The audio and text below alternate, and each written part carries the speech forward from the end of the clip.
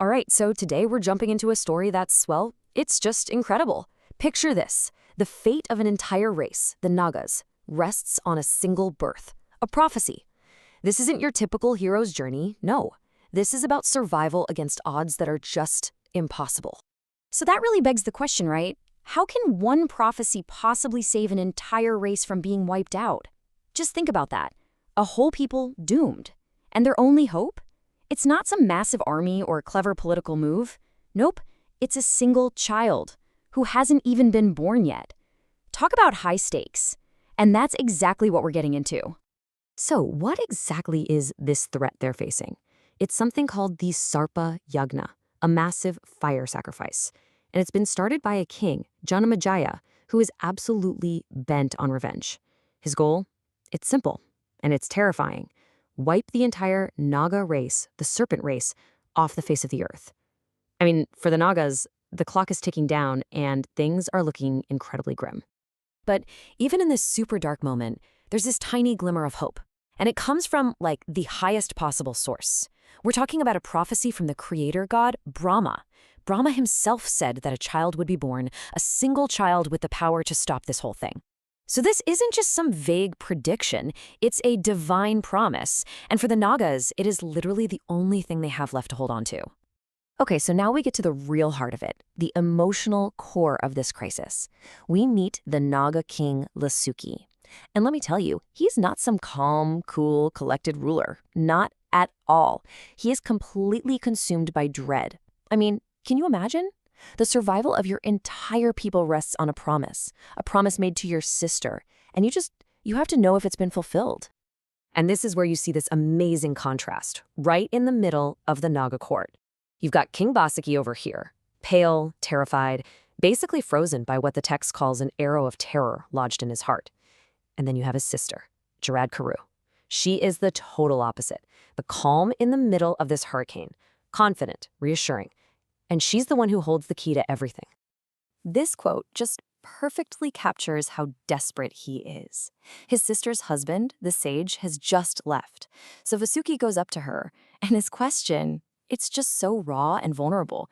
You can feel all the years of fear just boiling up into this one single moment. He isn't just asking a question, he's pretty much begging for some good news, for any shred of hope. And then she gives him the answer. The one that changes absolutely everything. Jaratkaru's reply is just full of certainty. Her faith in her husband is completely unshakable. With just a few words, the whole mood shifts. It goes from total despair to this first real spark of hope.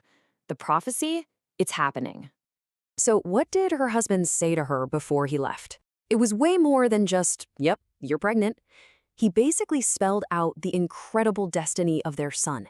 He gave her, and really all the Nagas, something solid and powerful to believe in. Yeah, he told her, don't be sad that I'm leaving, because the son she was carrying was going to be something else, not just any kid. He was going to be brilliant, powerful, a total force of nature, blazing like the sun god, Surya Deva. So suddenly this isn't just about survival, it's about the birth of this almost divine figure who's destined for amazing things. So, time passes, and sure enough, the prophecy comes true. Jaratkaru has the baby, this dazzling child, and the name they give him is so significant. It ties him right back to that critical moment, that final word from his father before he left. His name is Astika. So why Astika? Well, his father's very last word to his mother, confirming he was there in the womb, was Asti, which means there is. So his name is literally a statement. He is. He exists. It's this constant reminder that he's the living, breathing proof that they still have a chance. So Astika grows up in his uncle Vasuki's house, and right away it's obvious this kid is special. He's not just a regular boy. He's everything you could possibly want in a prophesied savior. He becomes the absolute pride and joy, the great hope for his entire clan. And check out how he gets ready for his big moment. I mean, the kid is a prodigy. He doesn't just read the Vedas, he masters them, and all the texts that go with them. He's not just a good person. He takes on the toughest spiritual vows, these vratas. We're not talking about just going to school here. This was like forging a saint, getting his mind and spirit ready for the huge job he had to do. Everyone saw his upbringing as just flawless. He was raised with so much care, and he grew up to have this divine quality about him. So much so that the Nagas actually compared him to the great god Mahadeva. Think about that. To them, he wasn't just a boy anymore. This was their champion being forged right before their eyes. Okay, so we have our hero. He's smart, he's virtuous, he's literally born for this moment. The prophecy has been fulfilled. But King Janamajaya's fires are still being prepared. They're looming. And that leaves us with one massive burning question. Is one person, even someone as amazing as Astika, really enough to stop a king's relentless, fiery revenge?